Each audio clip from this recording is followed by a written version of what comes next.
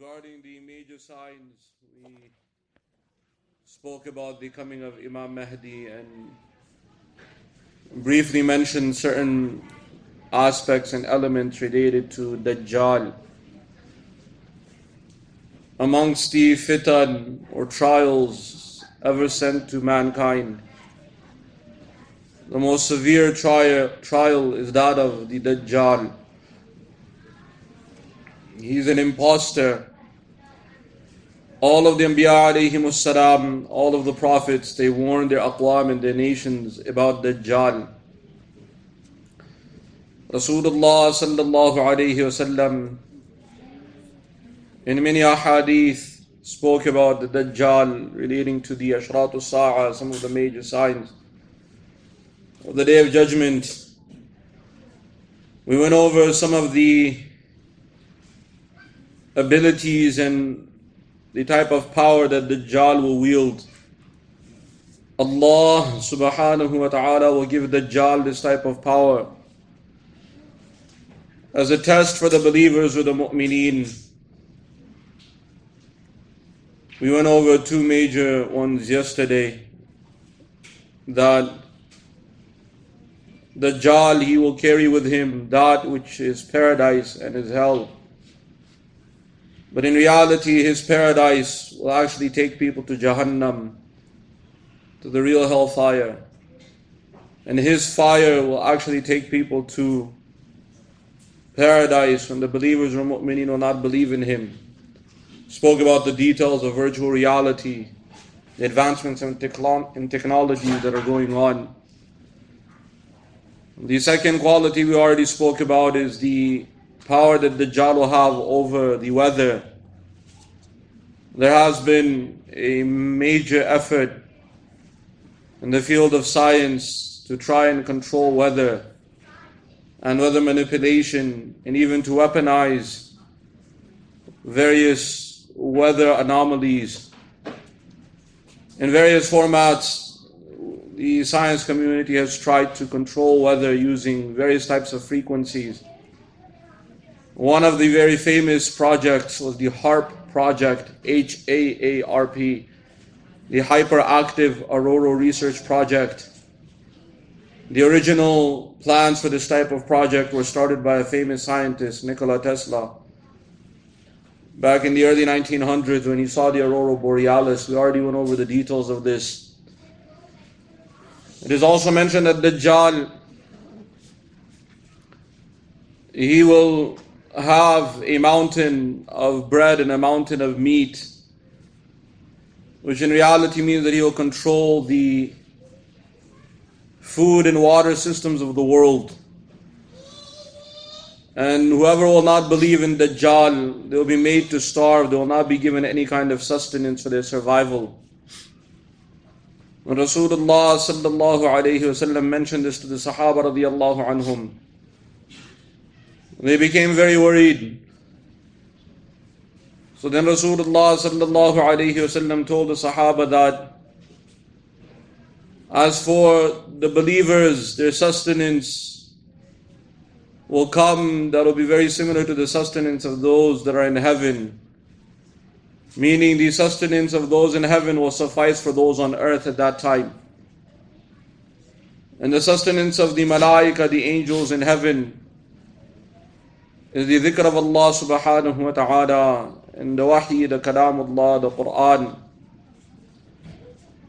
For the believers also on this earth, that will also suffice them, it will be sufficient for them. The dhikr of Allah subhanahu wa ta'ala and the tilawat of the Quran. That is why it is very important that we familiarize ourselves with the tilawat of Quran, the recitation of the Quran, and also various types of adhkar, and try our best to familiarize ourselves by making these adhkar, especially the masnoon adhkar, that dhikr which was specifically recommended by Rasulullah sallallahu alayhi wasallam. As for those who do not have this level of sustenance, so they'll fall prey to Dajjal. He'll control the sustenance of the world. He'll only give it to those who will bow to him. Coming to the appearance of Dajjal, there are a few points that need to be made very clear. When we speak about the appearance of Dajjal, it does not mean that he will be born in a particular time and then he will grow up and he will be Dajjal at that time. There have been a few ahadith, including some ahadith in Sahih Bukhari, related to the appearance of Dajjal at the time of Rasulullah sallallahu alaihi wasallam. And I want to be very clear that even his name is mentioned in some of those ahadith. He was famously known as Ibn Sayyad. His father was a gardener and he had his own garden, his own orchard. And he displayed certain qualities to the point where Rasulullah sallallahu alayhi wasallam was going with Sayyidina Umar radiyallahu anhu. They went to one orchard. There were a few other Sahaba with them. When they went to that orchard, there was a boy that was sitting there. When they came near, the boy woke up and looked at Rasulullah sallallahu alayhi wasallam. And Rasulullah sallallahu alayhi wasallam with ishara, just with indication, told the Sahaba to stop. They stood there. So Rasulullah sallallahu alayhi wasallam told the boy that, do you accept that I am the Rasul of Allah? The boy looked at him. He was a youth. And he said that, whatever you say is up to you, but do you accept that I am the Rasul of Allah? So Rasulullah sallallahu alayhi wasallam looked at him and said, this is very strange for what you're saying, but I have a gift for you. Can you guess what it is? The boy looked at him and said, you are thinking of dukh, smoke. Dukh translates to smoke. Rasulullah sallallahu alayhi wasallam looked at him and said, so you have proven, or you have exposed yourself. As the gift that I had for you, I was thinking of Surah Dukhan, which is also a surah related to the signs of the Day of Judgment. So Sayyidina Umar radiyallahu anhu, who was standing there, he immediately pulled out his sword. He was ready to take off the head of this youth. So Rasulullah sallallahu alayhi wasallam stopped him and said, don't, you're not able to affect him in any way. When they left, so the Sahaba asked Sayyidina Umar radiyallahu anhu, what was this about? Seems like there was something going on between you and Rasulullah sallallahu alayhi wasallam, that you got the gist of what was going on. We have no idea, what was this? The Sahaba radiyallahu anhum, some of them were given very, very special qualities. Amongst those that had special qualities was also Sayyidina Umar radiyallahu anhu. He was given a very, very special type of insight into things. To such a degree that Rasulullah sallallahu alayhi wasallam told us in one hadith, لَوْ كَانَ بَعْدِي نَبِيًّا لَكَانَ عُمَرٍ. If there had been any more Nabi or any Nabi after me, it would have been Sayyidina Umar radiyallahu anhu. Kind of the type of qualities and gifts that Allah subhanahu wa ta'ala bestowed on him or gave him. So Sayyidina Umar radiyallahu anhu, he told the other Sahaba that this boy or this youth you just saw, this is Dajjal. So the Sahaba, they got shocked. They said, how did you recognize him?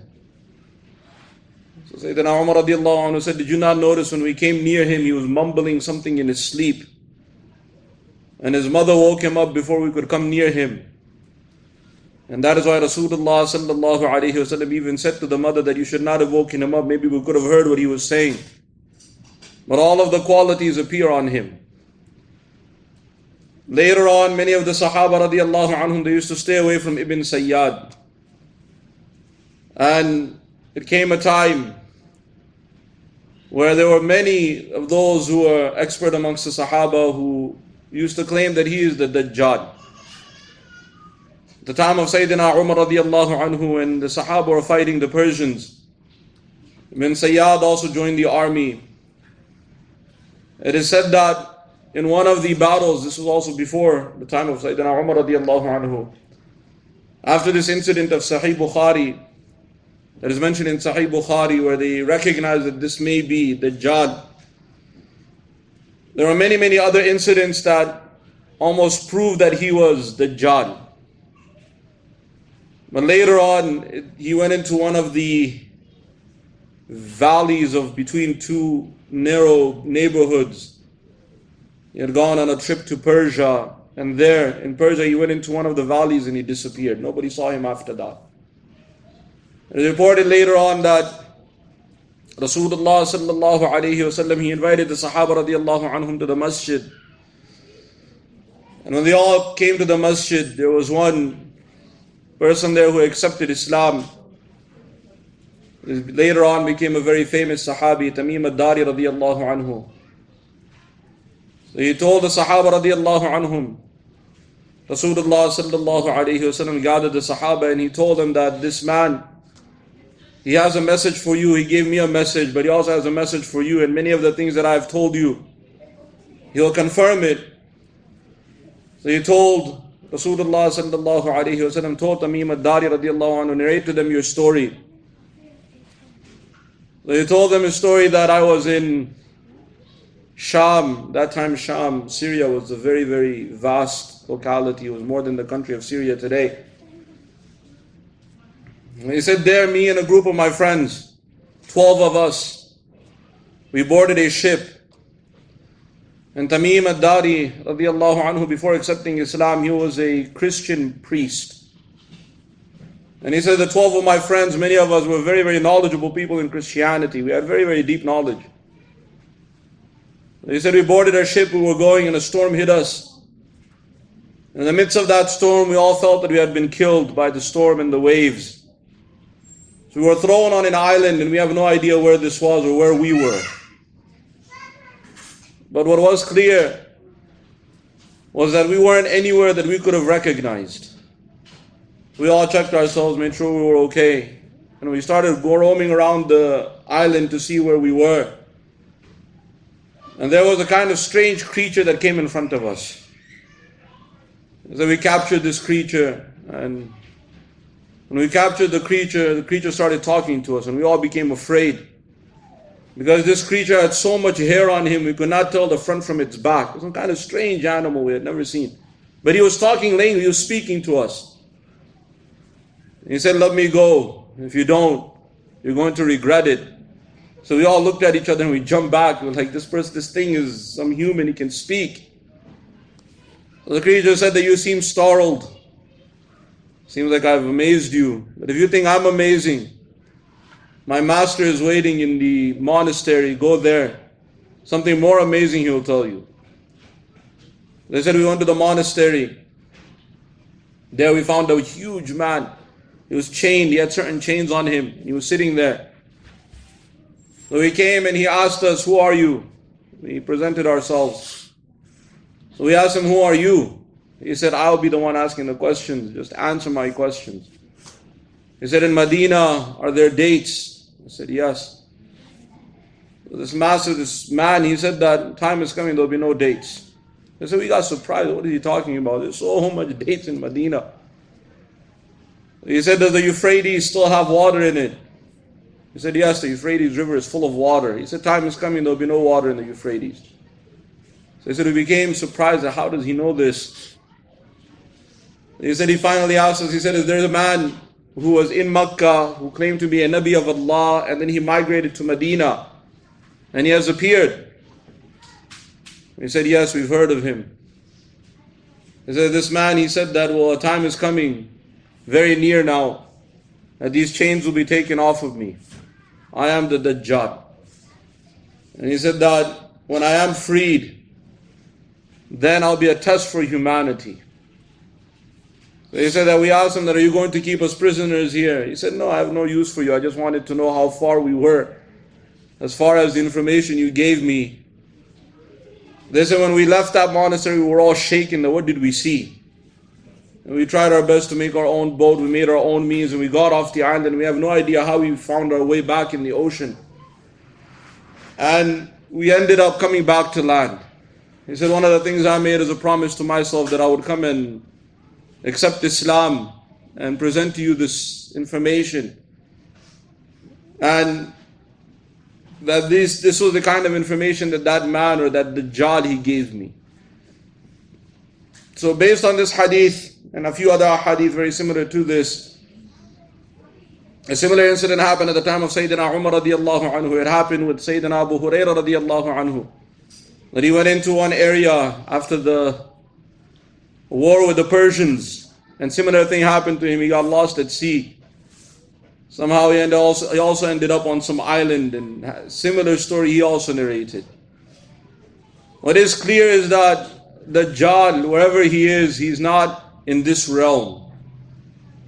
And talking about realms, that's a discussion for another time. Now, they've come up with a new field known as quantum physics, and they speak about string theory, a mathematical formula, a billionth of an atom. In this string theory, there are various realms. They speak about a multiverse, that even within this earth, there are other earths or other realities that are existing simultaneously.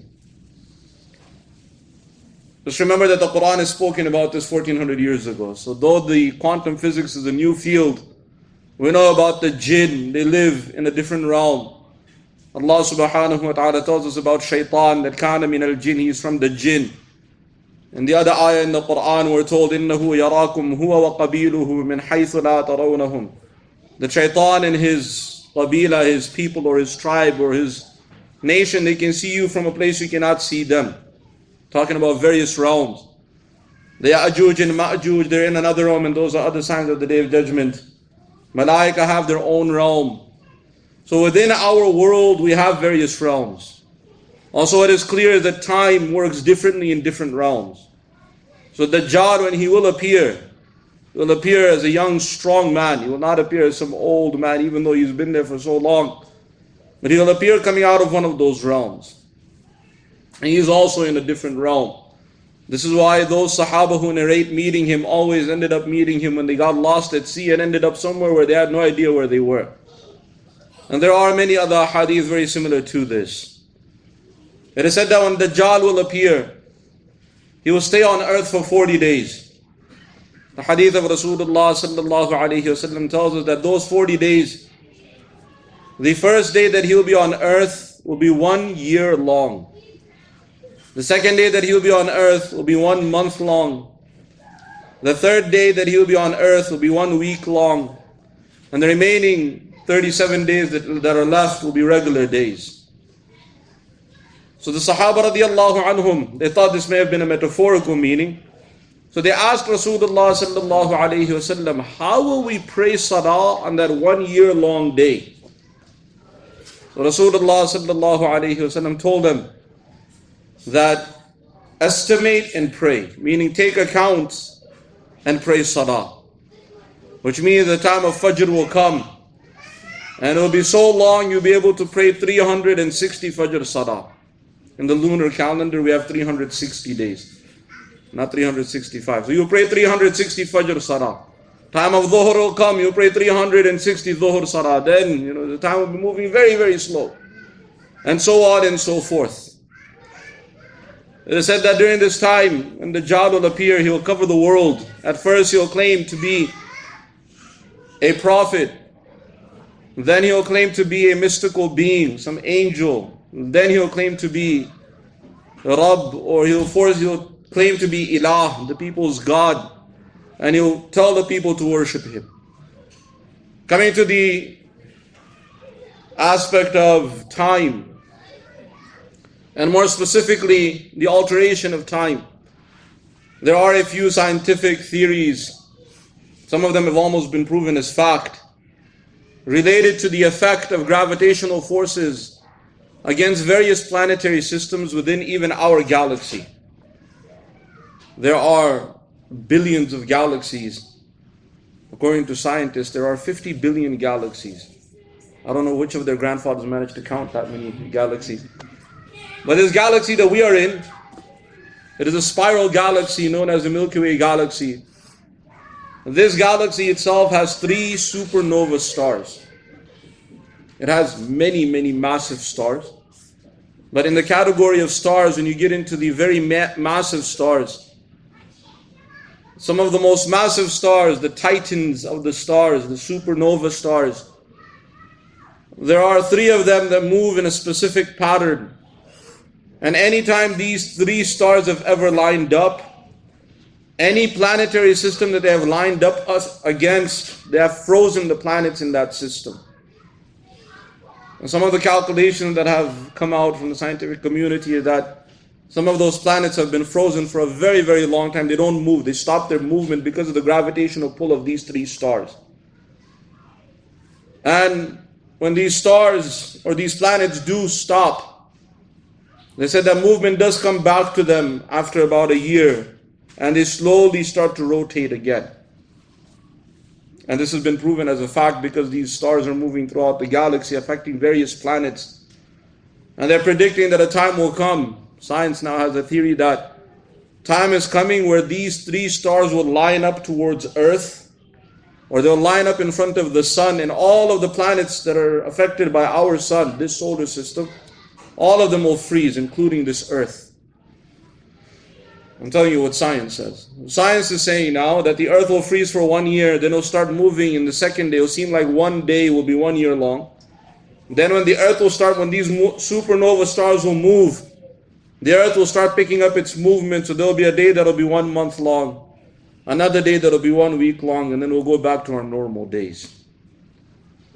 What is very clear is that these scientists have read the hadith, though they don't want to admit it, because they need to get their Nobel Prize or whatever they need to get, so they have to prove something. Otherwise, what benefit of science when you can just take everything from Quran and Sunnah and just accept it? So when we read these ahadith and you find out what science is saying, it's amazing. The only problem is that science is 1400 years late. Many of these things have already been told to us by Rasulullah sallallahu alaihi wasallam. There is another theory also, that when Dajjal will appear, the technologies that he will employ in using and in controlling the various systems, it may have a catastrophic effect on the gravitational pull of the Earth. Specifically speaking, the AI, the artificial intelligence, when it'll affect the satellites that go around the Earth, many of these satellites, the kind of signals they will give off, they'll freeze the Earth.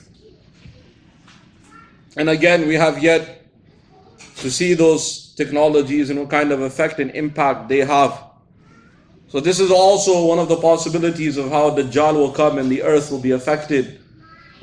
In this one day that he will appear, so Dajjal will also claim and he will have this ability to bring people back to life. He will resurrect the dead. And amongst the ways that he will resurrect the dead, that we mentioned, it is mentioned in the ahadith of Rasulullah sallallahu alayhi wasallam that Dajjal will come to one man and he'll tell the man to worship him. So the man will say, no, I will not worship you. So Dajjal will tell him that your parents, they passed away some years back. If you wish, I can bring them back to life, and if they tell you to worship me, will you worship me? The man will be surprised, and Dajjal will go to the person and will bring back his parents. And the person's parents will tell the person that now you worship Dajjal.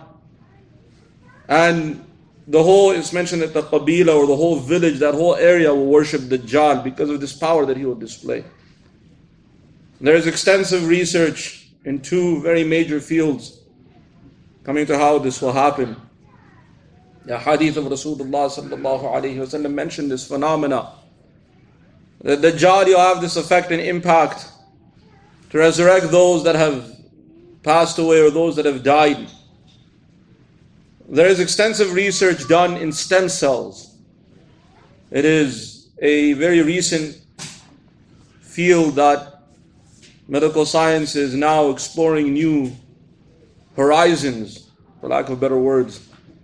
The effect of stem cells has always been known in the medical community, but there have been various laws in protecting the unborn before they're born into this world.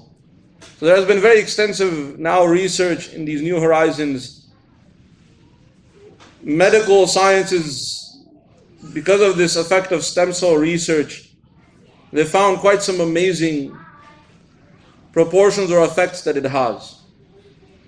In some countries, there are ethical and moral laws that protect research into the stem cells. You have the United States, most of the Western countries, in Europe also. They have very extensive laws protecting stem cells.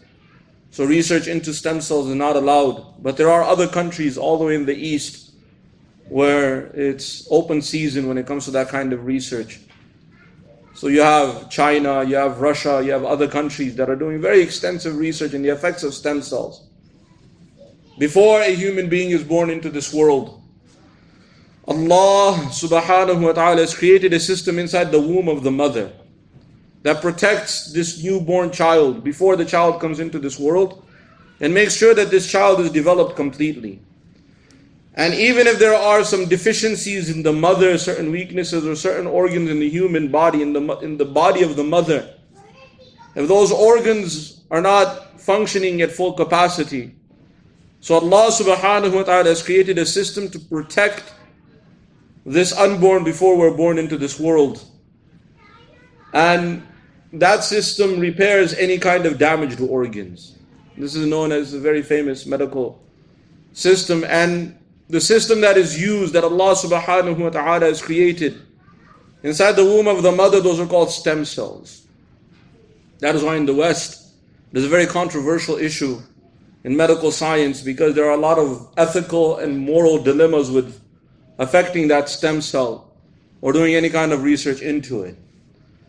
The effects of the stem cells are so profound that there are instances of babies in the wombs of the mothers who have in medical science died, and with the effect of stem cells have been brought back to life in the womb of the mother. There are many, many cases. And there are many cases in medical science where the doctors will presume a child to be dead. They'll say there's 100% chance that this child will not live. And the child comes into this world. The child not only lives but has a very, very good life. And they found this to be the effect of stem cells. There are a few cases even in our masjid. Our khadim of this masjid, Brother Naeem, his daughter also went through such a similar thing where the doctor said that there's no chance that they will live. MashaAllah, she's a teenager going into early 20s. So this is a phenomenon from Allah subhanahu wa ta'ala's side. So it seems that a time will come when Dajjal will come. He'll have a control over this type of research. And he'll be able to use these stem cells to even bring people back to life. As far as them being fully human or having their arwah, their original souls, there is another system also that needs to be checked. In the 21st century, we're dealing with androids. We call them humanoid robots. Robots are almost human. Along with that, there's a very, very extensive research in going into the field of cybernetics and cyberhumans. And these things that are going about, it has been shown that they're able to replace certain human organs. Even a human heart, they're able to regrow. They're able to regrow human kidneys and so on and so forth. But there is extensive research into trying to bring people back from the dead. It seems that Dajjal, he'll have a kind of control over these two aspects. On one side, control of the androids, cybernetics, and on the other side, control of the stem cells. And he'll be able to, a time will come, or have a certain control to some degree to bring people back to life. And it'll be very, very particular people, not be everyone. That is why he'll go to that one person out of the whole village, and he'll bring back his or her parents. There'll be other cases that he'll display this kind of power, and he'll make people to worship him. Some of the Mufassirin have mentioned also the effect of jinn and jinnat. This jinn will come in the form of, or the shape of that person's parents, and they'll, the shayateen or the devil, they'll be the friends of the Dajjal. Either way, whatever the case is, the Dajjal, he'll have this kind of power to bring the dead back to life. And this is, I'm just giving you a very modern explanation as to the how. Sometimes we start to doubt that what this hadith is talking about. The Dajjal will bring people to life, or that the Dajjal will control the sustenance of the world, or the Dajjal will control the weather. Sometimes we don't realize the era and the world that we're living in, how far we have gone in all of this research. We'll stop here, inshallah, we'll continue further. May Allah subhanahu wa ta'ala protect us from the fitna of Dajjal and continue to work for the deen of Allah subhanahu wa ta'ala. We don't know when He will appear. He may not even appear in our lifetime. It's just something, sometimes we get so carried away, we start seeing signs that are not there, We have many, many cases, people come to us and say, I saw this sign and this. I say, brother, go get some sleep, So, we don't know when He will appear, but we should, may Allah subhanahu wa ta'ala give all of us the tawfiq to serve His deen and to become khadimin of His deen. وَمَا عَلَيْنَا إِلَّا الْبَلَاغُ. الحمد لله رب العالمين والصلاة والسلام على سيد المرسلين وعلى آله وأصحابه أجمعين. ربنا تقبل منا إنك أنت السميع العليم وتب علينا إنك أنت التواب الرحيم. اللهم نور قلوبنا بالقرآن وزين أخلاقنا بالقرآن ونجنا من النار بالقرآن وادخلنا في الجنة بالقرآن. اللهم اجعل القرآن لنا في الدنيا قرينا وفي القبر مونسا وعلى الصراط نورا وفي الجنة رفيقا ومن النار سترا وحجابا. ربنا آتنا في الدنيا حسنة وفي الآخرة حسنة وقنا عذاب النار. سبحان ربك رب العزة عما يصفون وسلام على المرسلين والحمد لله رب العالمين. سبحان الله وبحمده سبحانك